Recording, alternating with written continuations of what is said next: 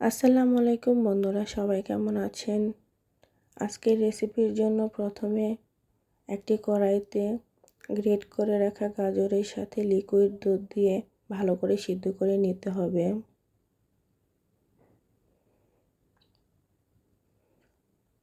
এই পর্যায়ে একটি বাটিতে 3টি ডিম ফেটিয়ে নিতে হবে।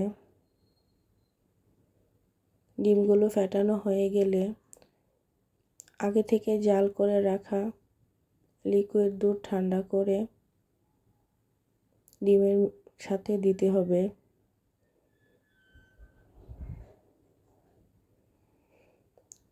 এ পর্যায়ে সিদ্ধ করে রাখা গাজর ও দুধের মিশ্রণটা ব্লেন্ড করে দুধ ও ডিমের মিশ্রণের সাথে ভালো করে মিশিয়ে নিতে হবে।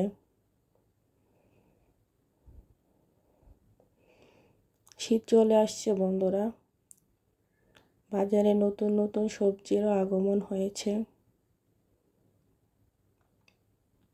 নতুন গাজরের এই রেসিপিটা খেতে দুর্দান্ত হয়। এই পর্যায়ে আমি দিয়ে দিচ্ছি 3 টেবিল চামচ চিনি। আপনারা যে যার পছন্দ অনুসারে দিতে পারেন। যে পাত্রে পুডিং বসাবো সে পাত্রে ক্যারামেলের জন্য চিনি দিয়ে চুলায় বসিয়ে নিচ্ছি। ক্যারামেল তৈরি করে নিব।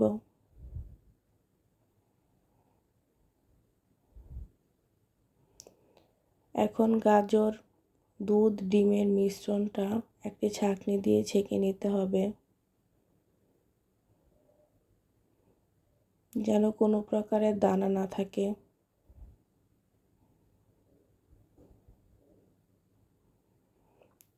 ছাঁকনি দিয়ে ছাঁকা হয়ে গেলে এর মধ্যে দিয়ে দিব ভ্যানিলা এসেন্স।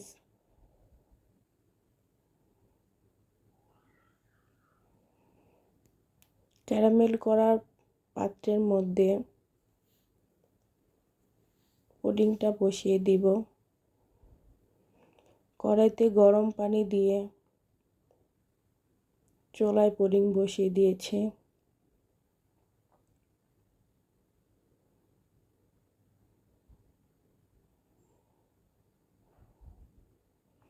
এই পুডিংটা অন্যান্য পুডিংয়ের চেয়ে খেতে দারুণ লাগে। দেখুন পুডিংটা তৈরি হয়ে গেছে। এভাবে বাসায় বানিয়ে খেয়ে দেখবেন, আপনাদের অবশ্যই ভালো লাগবে। দেখুন দেখতে কতটা আকর্ষণীয় ও লোভনীয় হয়েছে।